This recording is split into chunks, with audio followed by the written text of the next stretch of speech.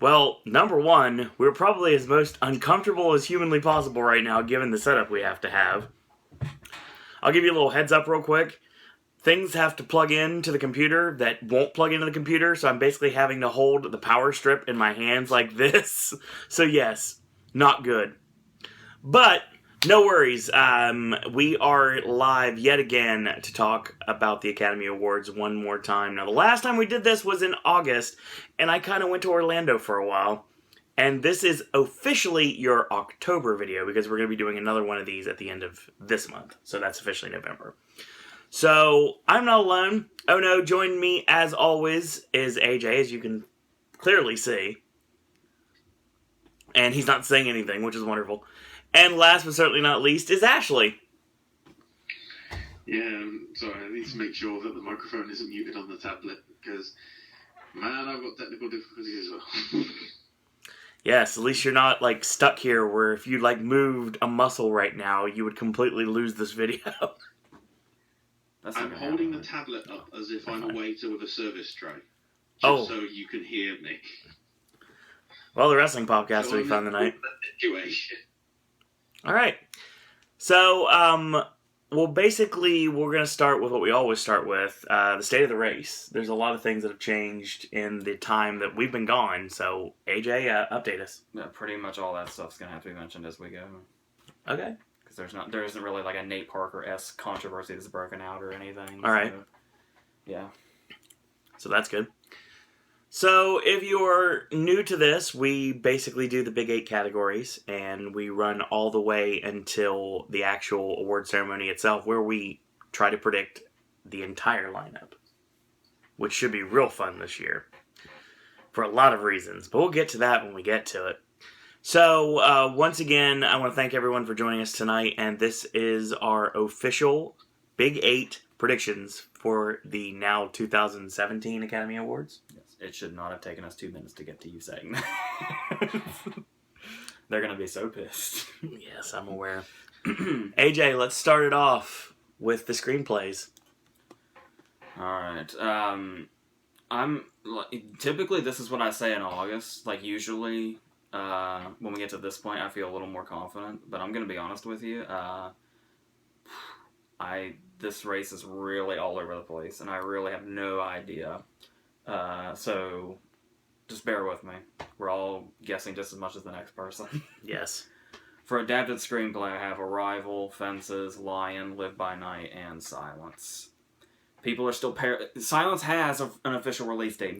People are still paranoid about it.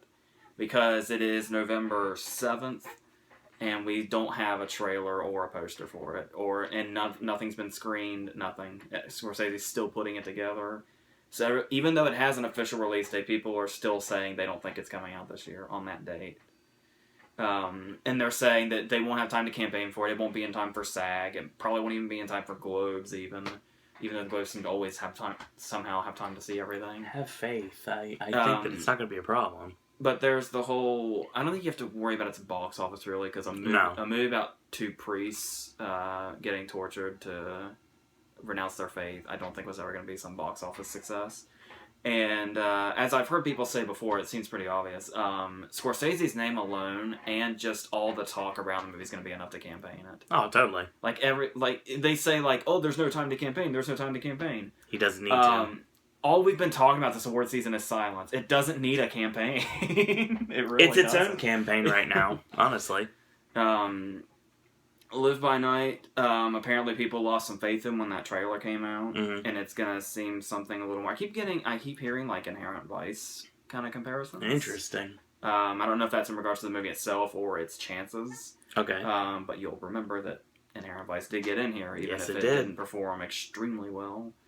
And being, given Affleck's cred, I'm just going to hang on to it until it's, screened by people that matter, which really is just the Academy if you're predicting, but, people have their definitions on who exactly matters and what they say, but what I'm saying is I'll hold out for Live by Night and we'll see what happens. Maybe that'll change by the time we do this again at the end of the month. Okay. Lion... when Weinstein started getting arrogant, people kind of started brushing it off, and it seemed like really off the radar, and only a few people were kind of building it up really, and just for a couple of things, even though Weinstein was saying it's going to be the greatest thing ever. I'm very worried about this movie. It's going to be my new English Patient or something. Oh boy. But then it screened at TIFF, and everybody like fell in love with it. Like everybody was weeping and all that shit. See, we haven't had this conversation yet, so I wasn't aware of that. So, whoops. But that's not to say I think Lion will do what Weinstein said it would, which he said it would get, like, I can't remember if he said it would be nominated for or win. It could go either way, but he said, like, 9 or 10 nominations and wins or something. I don't know. Fences is Fences. Arrival, I initially was just going to ignore, but number one, I tried to ignore the big sci-fi movie last year, and we saw what happened. Yeah. And apparently obviously, it comes out this Friday, very, very soon, and all the word I'm hearing is positive. We'll be watching it Thursday night. I don't think I've heard a negative thing about it yet. So, I think that could be. I mean, it's another one of those ones where it's not sure. With the big sci-fi movie, you can never tell. Right. Because it's like, it could be The Martian or Gravity, or it could be like Interstellar, where it's beloved but doesn't necessarily do huge here or anything. Right, that makes sense. So it could go either way, being a movie like that. But in the meantime, I'll go ahead and put it here, mainly to learn from my mistake with The Martian last year. Makes sense. Ashley. Right. I was so afraid he wasn't going to my be side. As I echo, weirdly, is, if I can get the list up, I have Arrival on there as well, for an obvious reason, which I'll get to. I've also still got American Pastoral, Moonlight, Silence, and Fences. So the only switch out is Girl on the Train, because that sort of fell flat. Yeah. It was hard comparing it to Gone Girl, because it's not Gone Girl. Yeah. At all. Arrival, I did actually get to see an advanced preview of Halloween night. One of the cinema chains did it over here. It's opening here, I think, Thursday. We're getting a 24-hour preview. I think just because Stonehenge appears in it or whatever. I don't know. But in terms of how it was adapted from, I think it's a short story? Yeah, I think so. Or something. From what I've read of the short story synopsis, it's pretty faithful to that, and I mean, the best I can come up with is it's both The Martian and Inception and Interstellar, and it's sci-fi, but proper sci-fi. Considering, of course, the director, which I'll get to in a minute, is doing Blade Runner 2 next, I'm very ecstatic. I've heard it's extreme. I don't know if this is true, but I've heard it's extremely dialogue driven too. Yeah. Well, when the lead character's a linguistics person, it's going to have to be it, really. Although you do get the obligatory, yeah, let's shoot the bloody thing. So James Cameron took over the script for a second. Nice. But yeah, those are my 5. Alright, so I'll do mine now. Mine changed a little bit, but not by much. Pretty much you'll notice right away anything that Birth of a Nation had, I completely got rid of. And Girl on a Train, I think I've lost a little bit more faith into that, unfortunately. Birth of a Nation was original anyway. Well, I'm just saying in general. Because obviously sometimes I can't figure out which one's which. I probably am wrong on some of these if I had to look about it. So my adapted screenplay lineup right now is Billy Lynn's Long Halftime Walk, Silence, Fences, Nocturnal Animals, and Live by Night. I still think Billy Lynn may be something important, but it may not be, because I've heard mixed things about it. I'm worried about that movie very much now, because the more I'm hearing about it, I'm worried that it's not going to be what I thought it was going to be. I know you probably can elaborate more with that. Well, I'm holding out hope that I'll still love it as much as I hope I do, especially since I already read the book. Right. So, but the problem that I was really banking on was the fact that we hadn't... Billy Lynn was a completely unknown factor the last time we did a video. Correct. Now it isn't. And the thing about it is that when the reviews, I mean, typically I ignore reviews, and I even got into an argument with somebody about this not too long afterwards. Right. About the fact that even if the reviews that were early that came out weren't that great or were just in the middle, typically it doesn't really matter. Right, of course. But then after I had that argument with that guy, the more I thought about it, the more I realized Billy Lynn's the kind of movies, with Ang Lee and with what he's doing with it and just everything, Billy Lynn was going to be one of those movies where if it was going to do here what we thought it was going to do, really, really, really positive word would have gotten out really fast, and it didn't. That's like it really needed to be one of those movies where you just hear instantly fantastic news, and it just kind of like it's a movie that really, really needed that, and the fact that it doesn't have that is what kind of makes it. You're kind of crushing my predictions for the rest of the video here. And I hear that his style with the frames per second is like really kind of hard to take. Right. So, yes. But we'll see what happens. I mean, Live by Night's another thing, too. It kind of threw in at the last minute for me. It was between Live by Night and Arrival, honestly. Basically what happened to me here is that I had Billy Lynn in there, and I was like, you know what? I'll just run with it. I'll have faith. And then I was like, well, I don't really have too much hope in Billy Lynn or Live by Night in regards to getting in here. So I was like, I'll just go with one or the other. And I ended up replacing it with Live by Night. A debut on my list this time around is Nocturnal Animals. You'll find this a lot in my lineup. I think that it's going to be a dark horse this year. So you went with one Amy Adams movie instead of the other? You are correct. Seems to be the way it might go. But the funny thing, well, we'll get to that in a minute. But the thing is, I think it's going to be an interesting lineup. Silence, like you said, is the X factor right now. We don't know what it's going to do. If something happens and Silence gets pushed, then everybody's predictions are going to flip. Well, a lot of people are saying the thing that they could do, apparently it's Scorsese who's trying to get it out as soon as possible. That makes sense. But they're saying, I guess Paramount could go either way, and they're saying that really, if they really, really wanted to go another year, they could like put off Silence and then debut it at Cannes and then go from there next year. They could. But I feel like if he wants to get it out this year, he'll get it out this year. Oh, especially since it has a date. Yeah. It's a date. So Fences, I think it's a no-brainer at this point, honestly. Like Scorsese is such a perfectionist, especially with this movie. Do you think he's in the editing room saying, I really need to edit this together because this is my passion project, I've been waiting 20 years for this, I need to make this? Or do you think he's saying, oh no, nobody's seen a trailer or poster yet?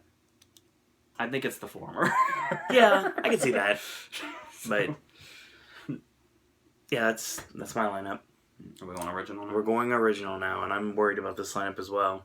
I feel pretty confident in this for the most part from what I'm hearing anyway. I'm okay with this lineup the way I have it, but I gotta make sure I'm right. For original, I have Hell or High Water, La La Land, Manchester by the Sea, Moonlight, and 20th Century Women. 20th Century Women's a given. Moonlight, I was going to say this when Ashley brought it up. Apparently Moonlight's going to be our whiplash for this year, where we're not going to know what category it's in until like the last minute. But the last thing I heard was that it is based on a play, but apparently that play has like not been performed ever. I was reading that in the information up here. By the rules, it might technically be original. So, and I think from what I've been hearing, that seems to be the direction they're going. But then again, it really wasn't until for the longest time we thought Whiplash was original, right? And then what was it? The month before nominations, they're like, oh no, it's adapted. Yeah. So either one of us are going to be right about Moonlight this year. And Manchester by the Sea and La La Land speak for themselves. Yes. Hell or High Water, so people kept talking about, but I was like, nah, it's too small. And it's probably not going to go anywhere. But people keep talking about it, and they're still talking about it now. So, I'm not sure. That's probably going to be the case. And secondly, I don't know how reliable this source is, but apparently somebody said that Hell or High Water has had Academy screenings, and they fucking love it.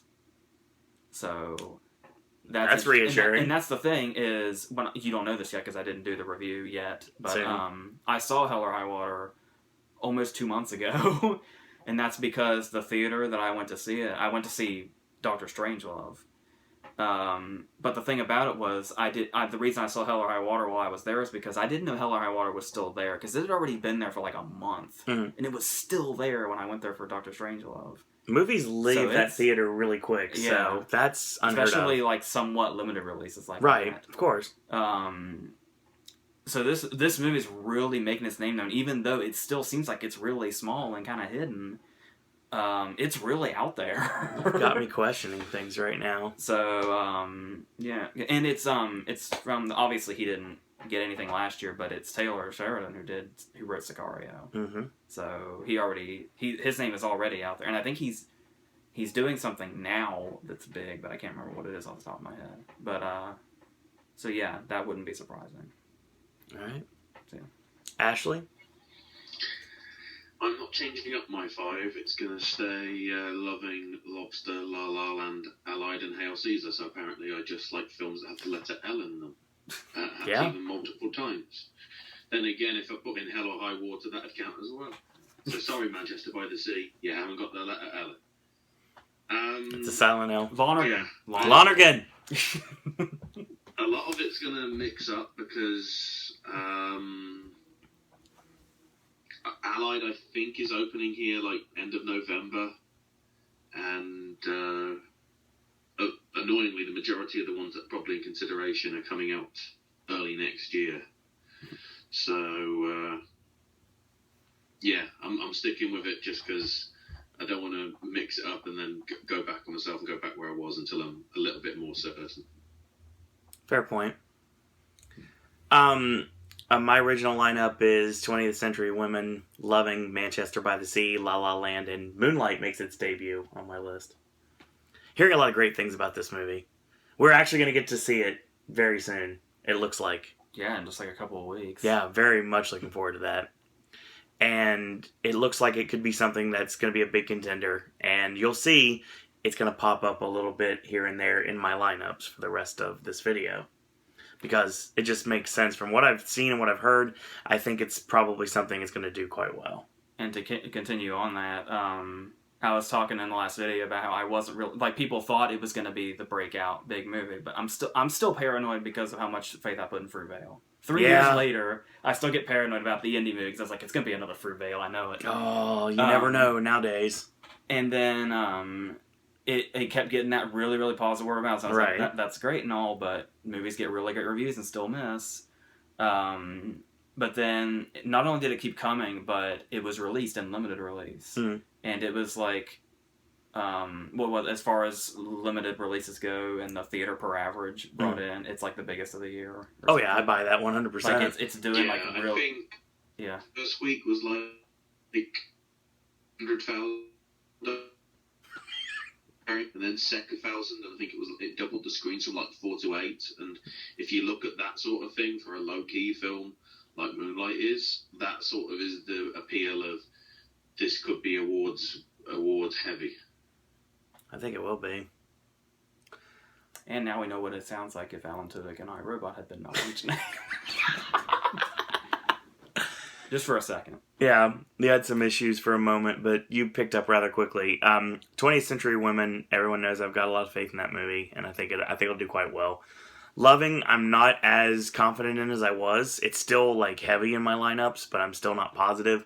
Manchester by the Sea is pretty much a foregone conclusion, and everyone knows my love for La La Land so far. Just not even seeing the movie, I'm just super excited for it. So I think it is the Oscar one to beat this year. It's going to be the movie that everybody's going to want to take down. So yeah, it's like and it is the front runner right now from what I keep hearing. So, but then again, usually when you have a front runner that's a front runner all year, I know it's worrisome. There's always kind of a last minute takedown. It could be Boyhood. It could be The Social Network for all we know. Oh, that's a good point. But we'll find out. Well, we move now to the acting categories, and this is AJ's favorite category, 100%, every single year. Best Supporting Actress.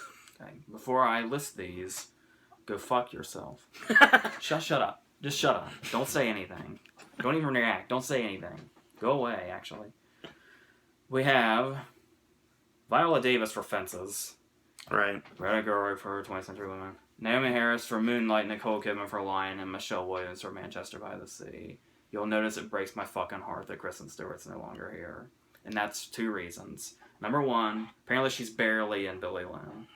That first credit doesn't matter. Apparently they took... Her role in the book isn't huge, but apparently it's a lot smaller in the movie. That's not good. And secondly, you think, well, if she's not going to get in for Billy Lynn, let's just shift on over to Cafe Society. That would be nice. Woody Allen movie, supporting actress role. That's almost a guaranteed win in itself. Should a supporting be. actress role in a Woody Allen movie. A role that's really highly acclaimed, and is just perfect. And what did Amazon do? Yeah, they're campaigning her in leading. Oh, no.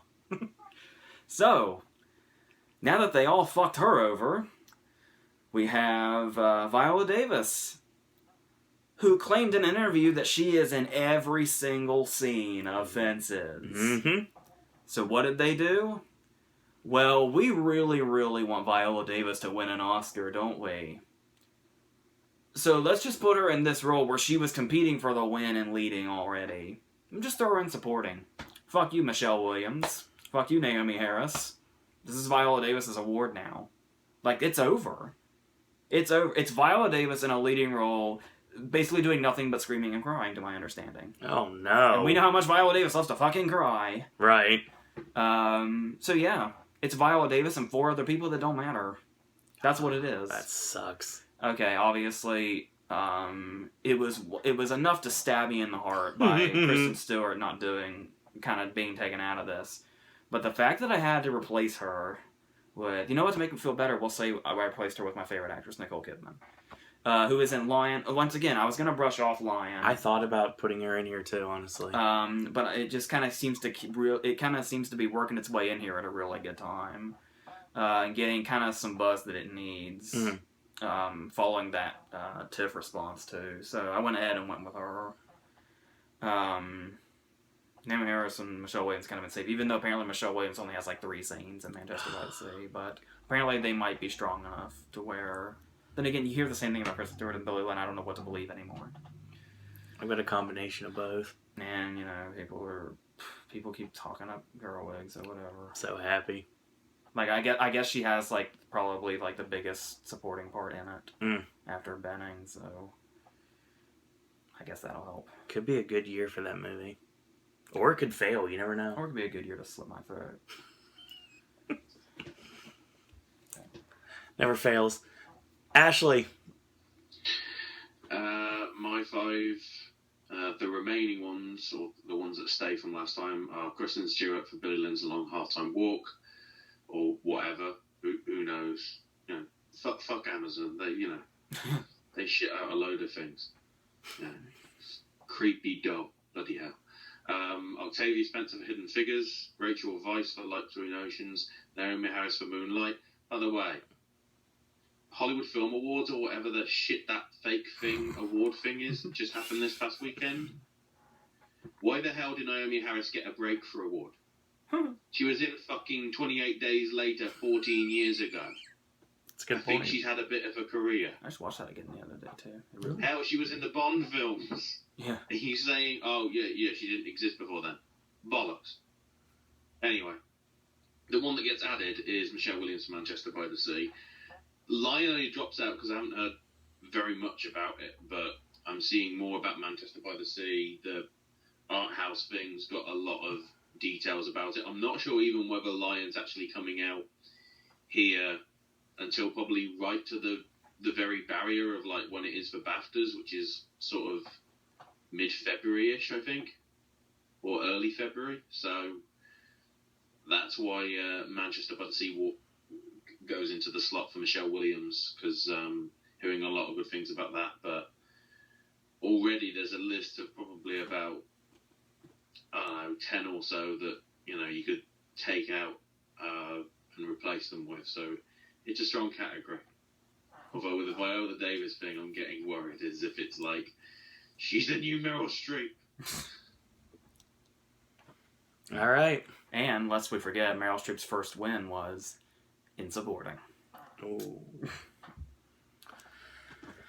Yeah, my supporting actress lineup, like I said, very happy to say. Greta Gerwig, 20th Century Woman. Michelle Williams, Manchester by the Sea. I am sticking with Kristen Stewart for Billy Lynn. Viola Davis makes her debut on my lineup. I know that's probably stupid that I didn't have her on here at the beginning. And Naomi Harris is on there now for Moonlight. You're missing all the big people. I was. So I dropped Elle Fanning out. I think that made sense in my head. So, and Laura Linney I dropped out too. Sully's not going to be as big as I thought it was going to be. The only person that's got a chance for Sully right now, I think, might be Tom Hanks, and I think the race might be too tight for him to get in. But I've also seen people that have been predicting him, so I don't know at this point. I really don't know what Sully's going to do. But you'll see that I dropped someone else out of Sully in contention in another category, but this one I have more faith in that 5. I think that's a solid 5 to go with. I know you don't like Greta, I get that, but I think that maybe she's really good in this. I hope so. Maybe. I enjoy her personally. I mean, we do live in a world now where I'm practically in tears that Kristen Stewart won't get an Oscar nomination. What kind of Twilight Zone is this shit? Okay, how about we both get what we want? Greta gets in, Kristen Stewart gets in. Life is good. The lineup that I have right there, I think, is perfect. At least from without seeing any movies, obviously. So, okay, we'll see what happens. You ready? Yeah, you ready? Best supporting actor. Okay. For supporting actor, I have Mahershala Ali for Moonlight, Hugh Grant for Florence Foster Jenkins, Liam Neeson for Silence, Dev Patel for Lion, and Michael Shannon for Nocturnal Animals. Apparently Shannon got really strong word after screenings, which is great. And I was kind of, a little unsure, but the fact that he got so close last year makes it just seems like it'd be it just kind of seems like perfect time, this will just kind of propel him back. Yeah, totally. I could see that happening. If the movie itself is, strong enough for them to remember it. Dev Patel, okay, so you'll notice that he is first credited for Lion. Right. The story is about his character. Apparently it's kind of like the Slumdog scenario where he's the lead character, but we kind of get him in different, like a younger form. Okay. And you look at the first poster, it's just big ass poster of his face. Where'd they run him, of course? Sporting. Yeah. Because it's Weinstein. This makes too much sense. That alone makes me think, if it's going to be like basically a leading role and he's being run and supporting, and we weren't really following the race as closely as we do now in 2008, but the research and what I hear tells me that he was pretty close for Slumdog, actually. I'm not completely surprised. On the outside looking in, I never would have thought that, but apparently he got SAG, I think. A SAG nomination. He did. In supporting. Yeah. Of course. Because that's how it works. We're sticking Dev Patel in it forever. If Dev Patel is in a remake of Secret Honor, they'll run him in supporting. That's just the way it works. But yeah, the fact that he would probably be in most of the movie makes me think that could be enough. And if this movie does as well as they think it might, that in itself should be strong enough to get him in there. Okay. Nathan's a given. People are still talking up Hugh Grant. I'd like to run Grant, but I had no room for him. People are saying, even with people still say Liam Neeson's probably the front runner, even if he has a short amount of screen time. I haven't heard anything else about that since, but people still seem to think he's the front runner. But I've been hearing that Ali is also kind of in a front row status now. But people who have seen the movie apparently are baffled by this, because apparently it is not a showy role at all. Like, I guess when people saw it at, screenings or film festivals or whatever, and when word started getting out that this is where Ollie was in the race right now, people were happy, but they were totally baffled.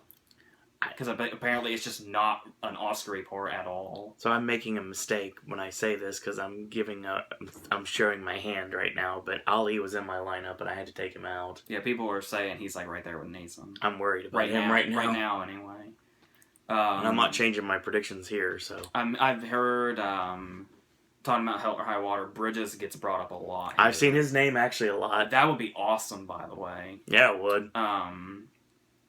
So, yeah, given some of the things I said about Hell or High Water, I'm going to say about Hell or High Water.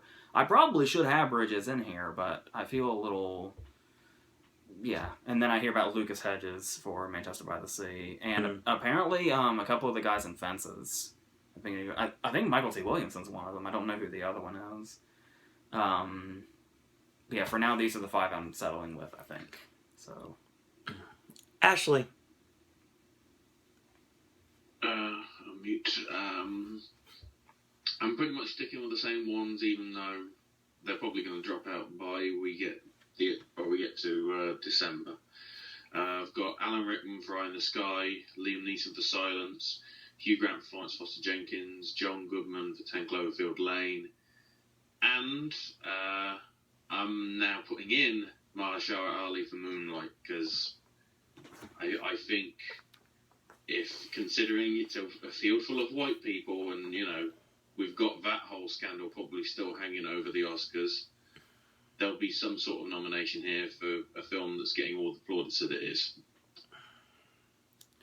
By the way, looking at his name, it blew my mind when I realized that you actually pronounce the H. Like, when I saw his name, my first thought was, I guarantee that H is silent. It's not. You say the H. Wow.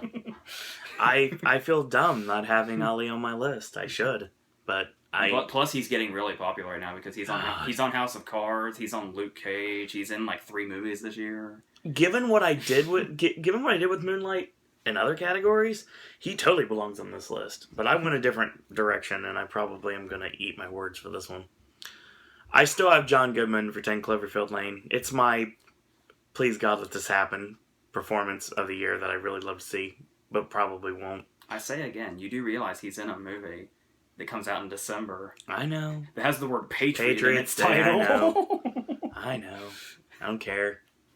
Liam Neeson for Silence, Steve Martin for Billy Lynn, and the newcomers to my list are Peter Sarsgaard for Jackie and Michael Shannon for Nocturnal Animals. Yeah, I've heard Sarsgaard getting thrown around. I'm hearing a lot about Jackie right now. So he's got a really good part too, isn't he? He's Bobby. Yeah, he totally is. And Peter Sarsgaard as Bobby Kennedy just works for me, and I think it's gonna be something that the Academy will go for. Oh, what's her name's in that too? I know she is. It makes me happy. I didn't run her because I was running her something else. Steve Martin's is a question mark here. I'd love to see Martin get an Oscar nomination. That'd be amazing. Apparently, the reviews complain that he's miscast. Oh, that's worrisome. Michael Shannon, I think it's time. That's the reason I put him in. It's really time now. Again. For him to get... Don't forget about Revolutionary Road. No, most people have. But... No, I obviously didn't forget about that movie. It was the better Kate Winslet movie for the year. But, and you agree with me on that, but a lot of people don't, so... Yeah, I think Michael Shannon, and it's time for him once again to ascend to the platform and actually take his rightful spot as a nominee. Don't think he's winning, but it'd be great to see him get nominated. I heard some people say it's possible, but I think that was before Ali started taking off. Yeah, I'm worried about Ali now. Maybe when we get to the November video, I'll probably be like, Ali's in there now, and bye, Sarsgaard, but I don't know, we'll see. Maybe Steve Martin will get cut, who knows. I'm sticking with Goodman until he's completely out of the race 100%. I know, but still. Best Actress! This feels way too easy. Like, somebody's going to come from out of nowhere in this category. I like my 5. I'm worried. Okay. The ones I settled on were Amy Adams for Arrival, Annette Bening for 20th Century Women, Natalie Portman for Jackie, Emma Stone for La La Land, and Meryl Streep for Florence Foster Jenkins. Okay. Remember when I talked about in the last video with Cranston and Wakefield? Yes. And I was like, I'm going to be ahead of the game. I know what I'm going to do. I'm going to say a performance that's going to happen, that's going to premiere at TIFF. Because there's always a TIFF performance that just really takes off. Right, of course. Every single year. Yeah. And I was like, I'm going to be ahead of the game. It's Cranston for Wakefield. TIFF comes around. Jackie gets screened. Nope. It's always in Best Actress, too. Nobody was talking about Still Alice before TIFF. Right. It wins Best Actress. Nobody's talking about Room before TIFF. Brie Larson wins Best Actress. Here comes fucking Jackie in TIFF. And now Portman's probably winning again. I feel confident in that right now. Well, actually, I think she has one more big competition on her hands. So now that that's out of the way. Bening and Stone speak for themselves. Yes. Apparently everybody's battling for the win. Yeah, totally. Anybody could possibly win this. But it sounds like Portman has her legs slightly ahead. Adams, I'm not sure about. The thing about Amy Adams was, the whole time I was doing this, I had her for Nocturnal Animals. Ooh. And then when I started changing my mind about Arrival, I changed it to Arrival. Because I was like, I have Arrival in quite a few places, but I have her for Nocturnal Animals. That's not how this is going to go. Probably not. If Arrival's going to be here this many times, she's getting in for Arrival. So I did that. Streep, I still lack confidence in, but the last time I lacked confidence in Streep, she got in again. Exactly. And then there's the whole thing of Hugh Grant seems to be in a really good place right now. Yeah. So they're not going to forget the movie. So if I mean, it's not impossible for Hugh Grant to get in for her to not, but it seems unlikely. Why is no one talking about the screenplay? Especially with how, because that's such a full category. Yeah, good point. As it usually is. No, of course. And the yes, whatever I was saying just now.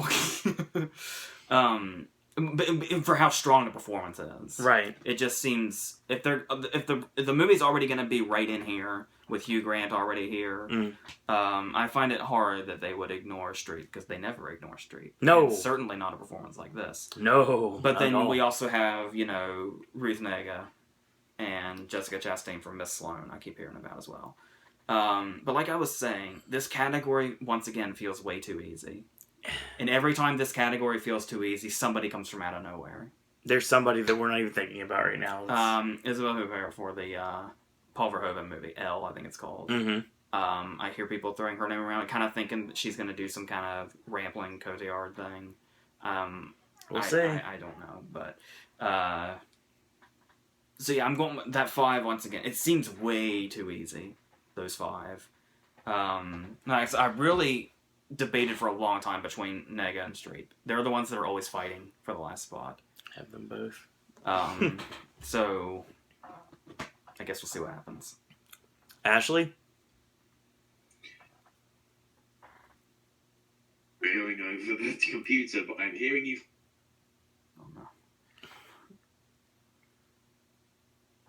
It's always good when this happens. We're making good time, too. Yeah. So, for actress, I've got... Here we go.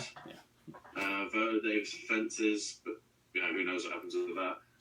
Ruth Negga for Loving, Natalie Portman for Jackie, Emma Stone for La La Land, and I'm using this one again, Amy Adams for Something.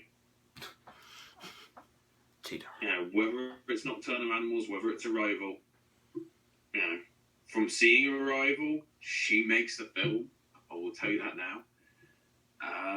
And Nocturnal Animals, I'm probably going to have to see it this week in a double bill with Street Cat Name.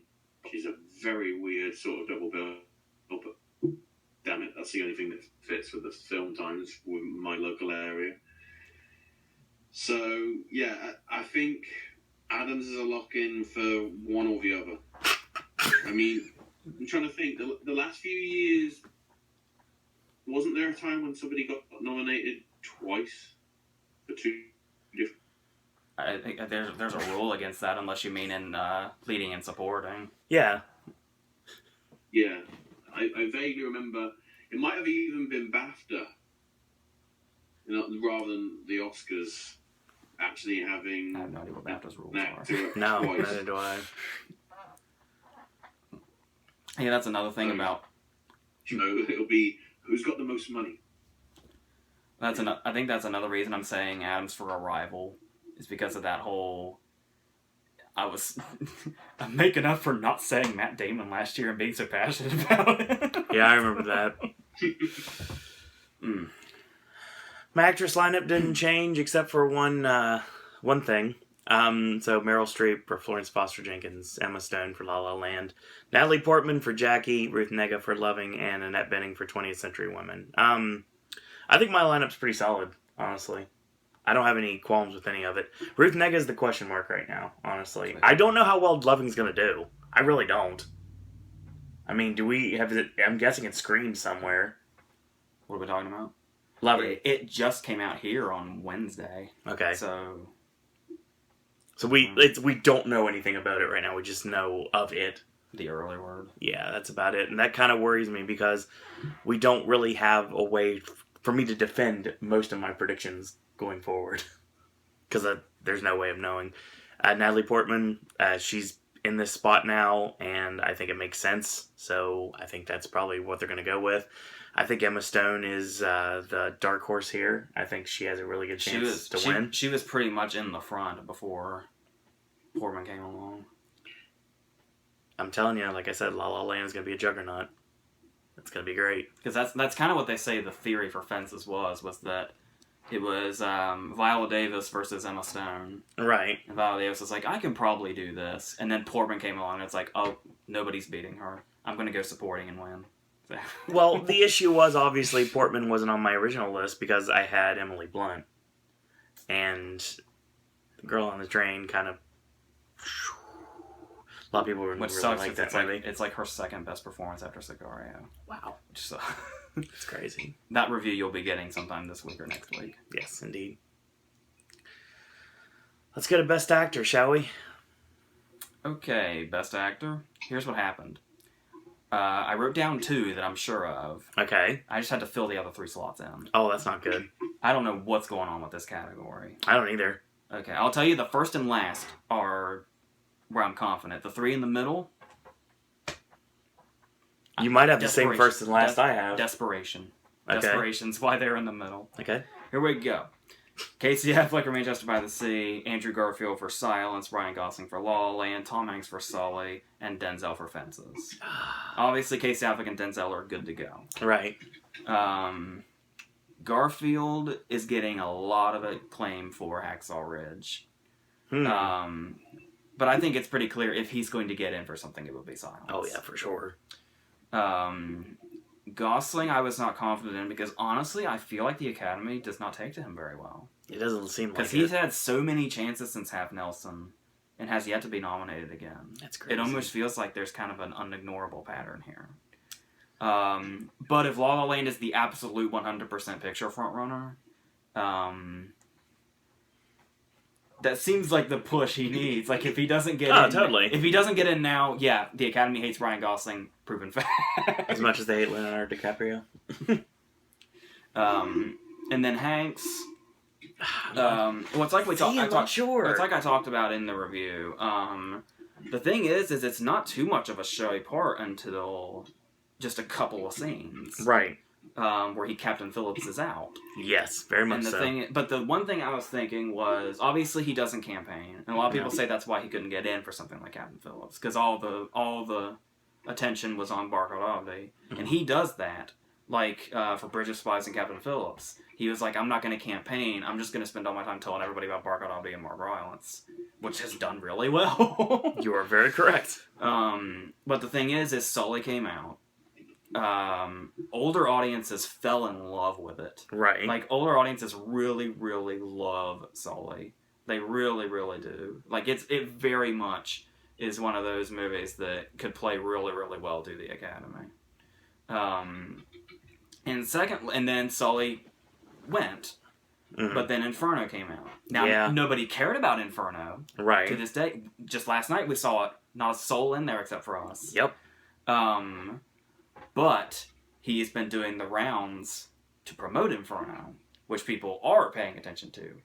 Hosting Saturday Night Live. Yes. That went very well. Anyway. Any questions? Exactly.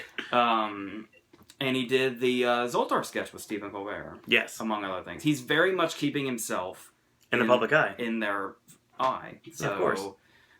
That could really help. Even if nobody gives a fuck about Inferno.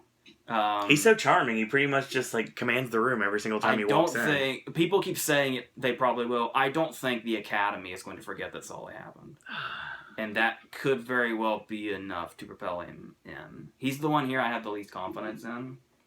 But he may end up in my new list when I do it in November because there's somebody I'm losing confidence in. But like I said, my initial thought process was Casey Affleck and Denzel, and then I don't know. So fair point. So yeah. Ashley. My 5 have Michael Keaton for The Founder, Joel Edgerton for Loving, Denzel Washington for Fences, Trevante Rhodes for Moonlight. I think that's a new one in as well. Again, the Moonlight thing, which we've already talked about. And because I'm going to use it again, Andrew Garfield for something. I think it's more likely to be Silence, but all the hype and praise that he's getting for his role in Hacksaw Ridge right now, given that it opened over there this past week, I think is, even if it is just the Hacksaw Ridge hype that helps, make people pay attention to him for Silence, I think he's probably a lock-in for a nomination at least this year. I would love to think he already grew attention he was so goddamn good in 99 Homes last year. Mm. So I'm hoping people really kind of, even though he still comes off really young. Like when you look at roles like 99 Homes or Silence, you think that dude's kind of young for parts like this. But he really kind of breaks that barrier when you actually watch him. So I'm hoping that's kind of not going to be an issue for him.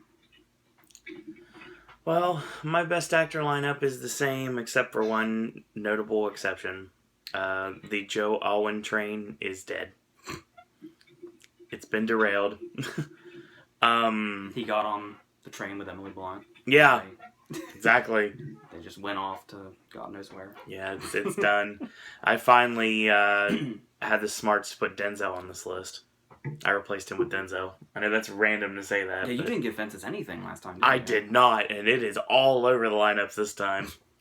So, of course, if you're playing along at home, my lineup remains the same. It's Casey Affleck for Manchester by the Sea, Joel Edgerton for Loving, Ryan Gosling for La La Land, and Andrew Garfield for Silence. I think Ryan Gosling is going to this is either going to make or break, and I think that hopefully this is where he gets his nomination. What I'm kind of worried is this may be like a reverse Whiplash situation where we have a big-time performance is getting overshadowed when it's the supporting performance by we're basically reverse. It should be the regular performance showing when the supporting performance was getting more accolades. I think that might be the case again this time. I think people may forget about Gosling, and that worries me. But I think with all the love for La La Land, I think that it's probably going to be completely different this time. And I hope so.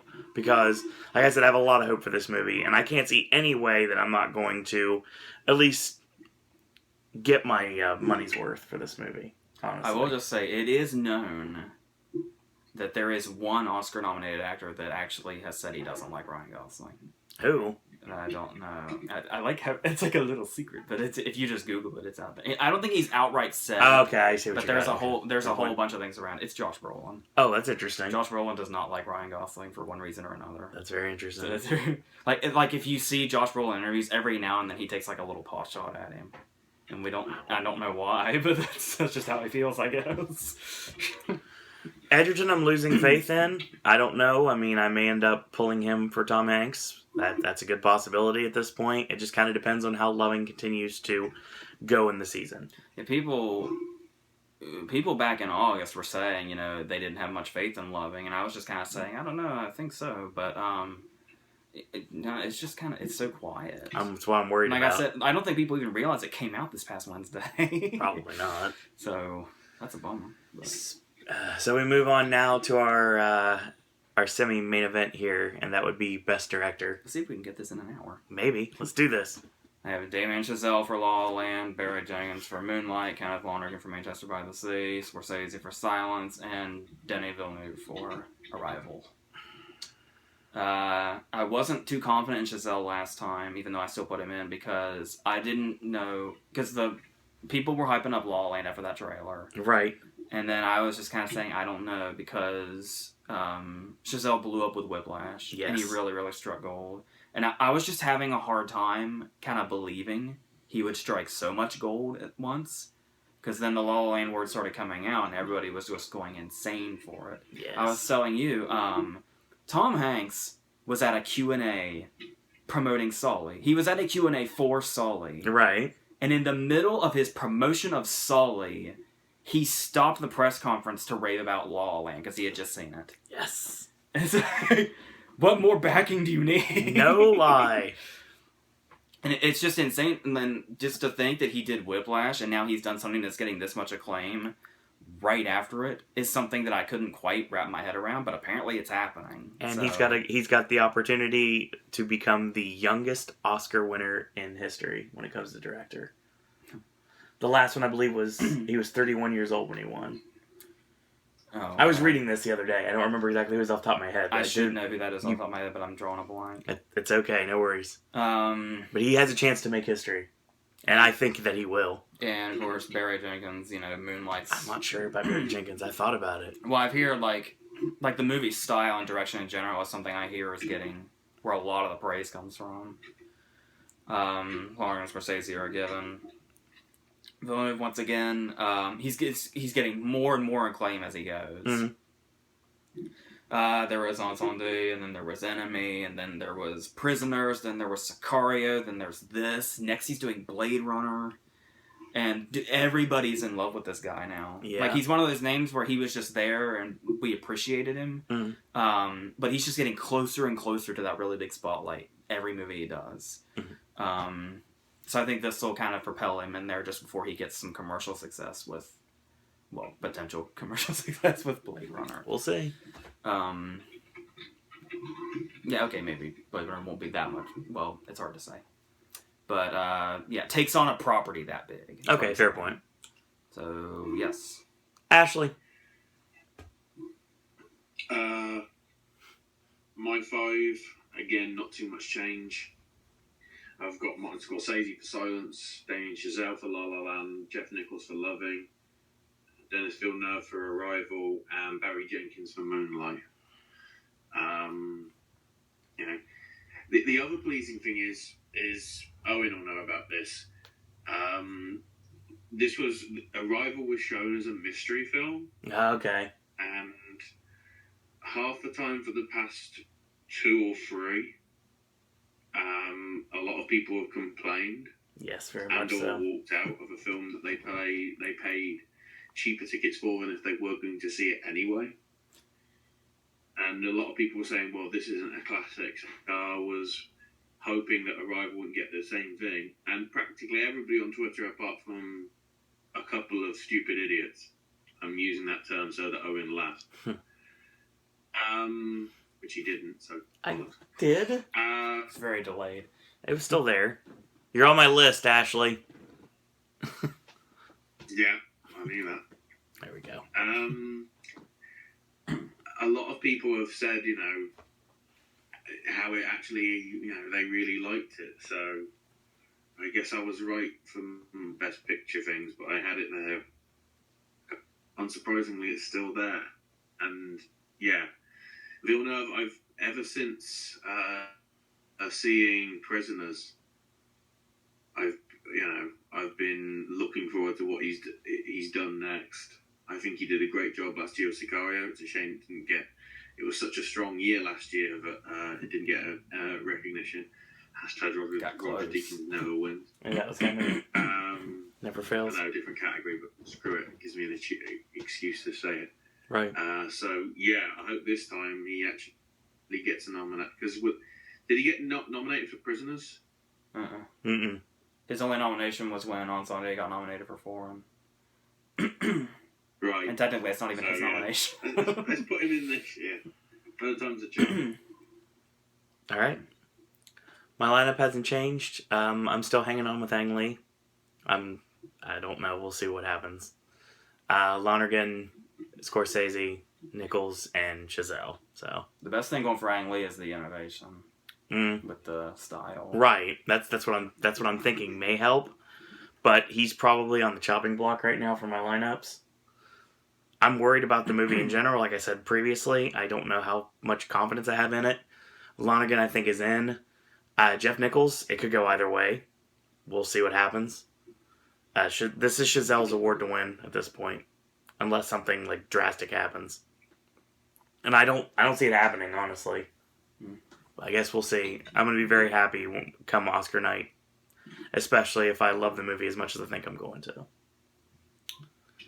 Best Picture. All right, this is kind of a shit show for me. The thing is we do 9. Yes. That's just what we do, just kind of cover bases. Right. I really had to stretch for 9. I really don't think there's going to be 9. There hasn't been for the past 2 years. I don't think there's going to be again this year. Or 7? I don't know. So some of these are kind of like seem really off. It's probably because they're like slots 9 and 8. So I have Arrival, Hell or High Water, Jackie, La La Land, Live by Night, Manchester by the Sea, Moonlight, Silence, and Sully. Silence, Moonlight, Manchester by the Sea, La La Land. I guess now that I've said all the other things about Arrival, I guess those all speak of themselves. Right. People have been saying Hell or High Water is kind of that kind of last spot in picture for a while now. Once again, I was ignoring it for a while, but it just keeps showing up. People just keep talking about it. So I'll stick it there for now. I wasn't going to go this far. I was just going to have it in original screenplay. And yeah, that's what I was saying earlier. The fact that I have Hell or High Water in picture, it would really make sense if I had Bridges in supporting, which I don't. It really would. So that's hard to say. Once again, I was really stretching to make 9 slots here. Jackie, a lot of, like, as soon as all that talk came out, people were talking Jackie up to be a top 5 movie. We'll see. With all the nominations. I really haven't been buying that. I don't think it's going to be that type of movie. I have it to here because what I think is going to happen is Jackie and Portman, or Picture and Portman, will be its only nominations. But the fact that Portman could probably like win and run away with it will be strong enough to get it that slot in Picture. I can see that. Kind of like what Sandra Bullock did for The Blind Side. Right. It's happened a few times with another. Max von Sydow's nomination was the only other one apart from Picture for Extremely Loud and Incredibly Close. Something like that. Live by Night, not confident in whatsoever. I needed a 9th slot. I was going to put Billy Lynn in here just out of hope, thinking it might be strong enough with at least Academy voters. But I just pretty much took out everything Billy Lynn and put Live by Night in its place because I didn't know what else to do. That's crazy. And once again, maybe with Affleck's cred and the fact that he could really... I got halfway through the book. I don't think I'm going to finish it. The book for Live by Night actually is not that interesting, and the character he's playing is not that enticing. But the fact that he is adapting it makes me think he's going to really... I think he'll change it up and make it, better than the book. I can see that. Because like I said, Prince of Thieves by Chuck Hogan is a decent book, but he made The Town an incredible movie. Right, of course. So I'm sure he could take Live by Night, which is, especially for a Dennis Lane novel, is kind of there, and make it something really good that could probably, go to the Academy's taste, perhaps, especially being a period movie. And I was talking about Sully. I just kind of feel like it's going to kind of be that one that kind of holds out. Like, people will think it'll go away. It'll seem like it's gone away. But when the important stuff starts to come out, it will probably make a comeback. Like last year, he was in The British Spies. Right. Everybody was like, oh, British Spies is dead, British Spies is dead. And then PGA came out, and British Spies stayed with us till the end. Right. So, that's what I'm thinking. Ashley? I actually edited mine down to 9, and literally on the fly just changed around a few things, which is probably one that hasn't got mentioned yet as well. So I'm saying Silence, Loving, Fences, La La Land, Moonlight, Arrival. They're my sort of 6 confirmed ones. The ones I'm on the fence about but putting in. I'm going to stick with Live by Night because I actually enjoyed The Accountant despite what the critics said, and I'm hoping he can deliver with this.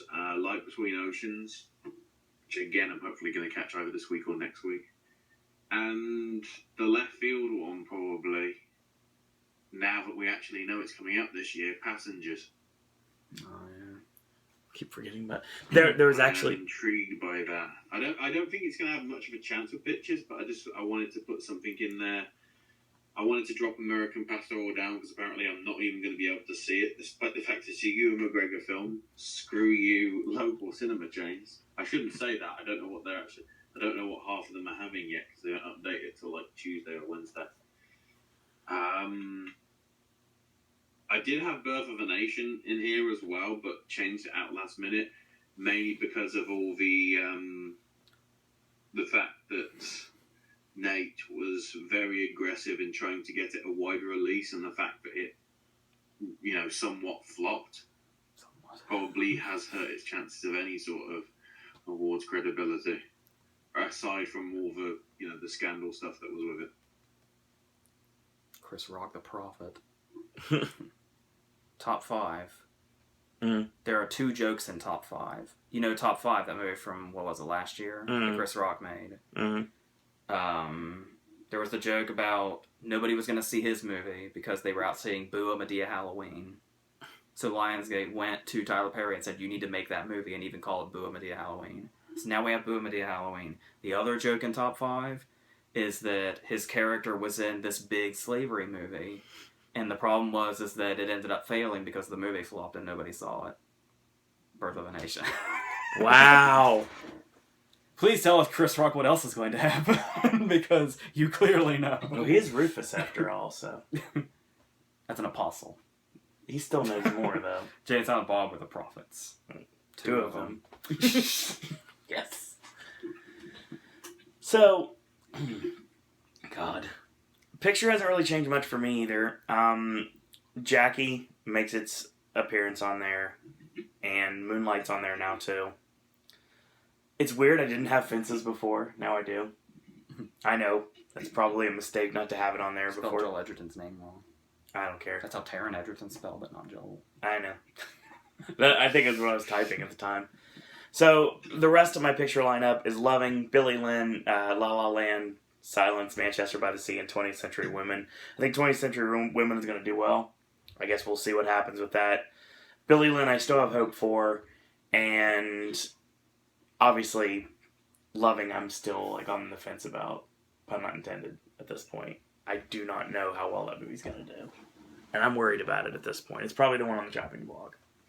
But I've just got a final thought before we end. Uh-oh. And I would just like to say that this year is kind of weird for me, especially. It was really hard for me to do this. Right. Because you'll notice with stuff like George Miller last year and The Martian last year, that stuff that I was just totally and completely in denial about, to where people just kept saying and saying, and I just kept saying, I really, really don't think it's going to happen for one reason or another.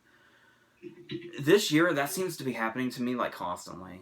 Right. Every single movie, I felt like every single movie that gets praised is just me saying, I don't know. And then I started, that's what made it so hard for me to do this, because there were so many blank spaces when I tried to fill it out, because it was just I was in denial about everything.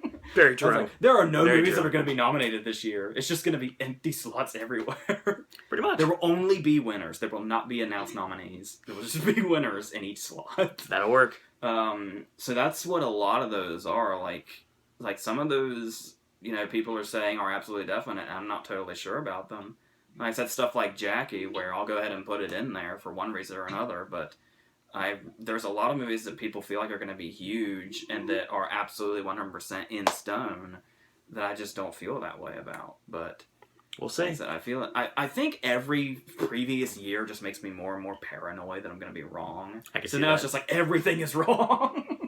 And every year, as you know, I try to cling to the one movie that I think is going to do something out of the blue. Yeah, that's if this were last year, I probably would not have put Gerwig in here because I didn't want to. Right.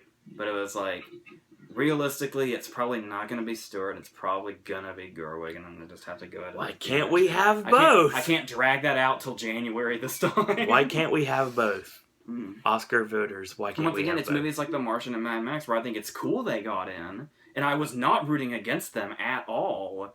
It's just I really didn't think it was going to happen. Right. I can see that. So, it can be mistaken for, me rooting against a movie, but it's not. Sometimes I just really don't see where people are coming from, and then it ends up being true, and I look foolish. Yeah, that's what happens when you're trying to predict things in August.